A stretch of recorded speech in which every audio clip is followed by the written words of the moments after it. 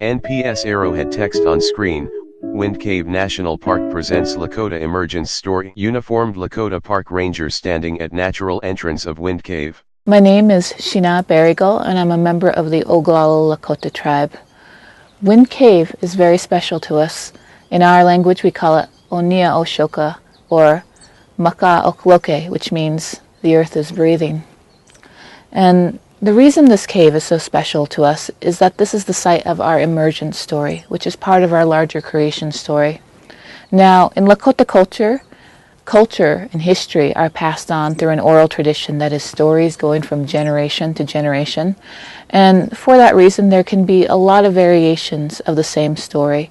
But in our culture, what's important to us is not, the smaller details, but the larger idea. And the larger idea in any story you hear about Wind Cave is that Lakota people emerged out of Wind Cave. So this story was passed on to me by Wilmer Mesteth, who was our tribal historian and an elder in our tribe. Wilmer unfortunately passed away towards the beginning of 2015, but in our culture, when our elders pass away like this, the way that we honor them and keep their memory alive is to keep telling the stories they told us and to keep teaching the things that they taught us. What emergence means in an anthropological sense is that a people believe that they lived underground and they emerged onto the surface of the earth. The story I tell is a little different because in this story, Wind Cave is a passageway, and somewhere hidden deep inside this passageway is a portal to the spirit world, and that's where the people were living.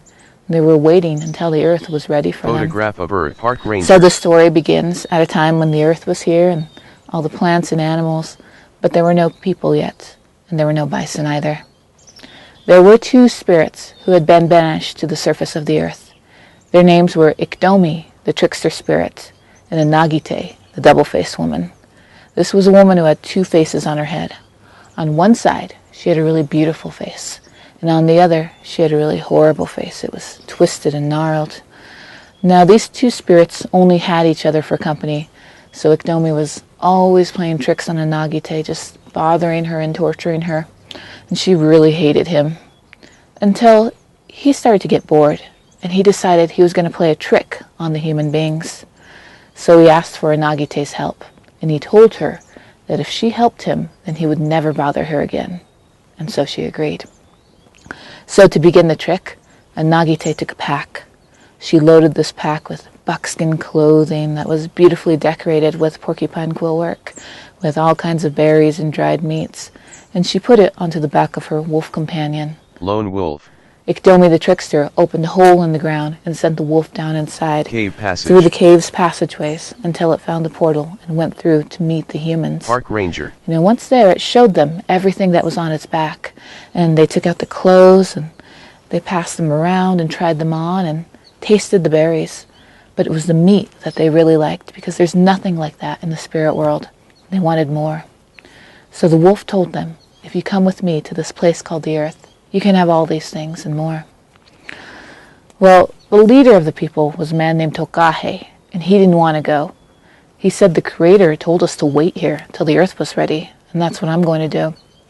Most of the people decided to wait with Tokahe, but the ones who had tasted the meat went with the wolf. So the wolf led them through the dark passages of the cave. Cave passages. And when they came up to the surface, the very first thing they saw Lush prairie was grasslands. a giant blue sky above them. And it was summertime, so all the hills around there were covered in green and yellow grasses. Rolling prairie hills. And these people thought this was the most beautiful place they'd ever seen. And the wolf led them to the lodge of Anagite, and she was in disguise. She had a shawl over her head, hiding her horrible face and showing only her beautiful face. So she invited them inside, she fed them, and she told them that she would teach them how to get everything the wolf brought. And she was true to her word. She taught them how to hunt and to gather berries, dry meat, quill clothing. But this work was very difficult, and these people actually had an easy life in the spirit world, so they worked slowly, and they got tired easily. Seasonal prairie landscapes. And you have to remember, they knew nothing about the seasons on the earth. So when winter came, they weren't ready for it. Park Ranger. They didn't have enough clothes for everyone or enough food, so they started to freeze and starve. and they were desperate for help, so they went back to Inagite. But it was at that time that she revealed her true intentions. She pulled the shawl from her head, revealing her horrible face, and with both her faces, beautiful and horrible, she started to laugh at the people. And the people were all terrified of her, so they ran away, back to the hole they'd come from, only to find that Ikitomi had closed it up again, leaving them trapped on the surface. So these people didn't know what to do or where to go. They were cold and they were hungry, so they just sat down on the ground and they started to cry. Well, it was at that time that the Creator heard them and asked why they were there. They told the story of the wolf and Inagite, but the Creator was upset. The Creator said, "You should not have disobeyed me because now I have to punish you."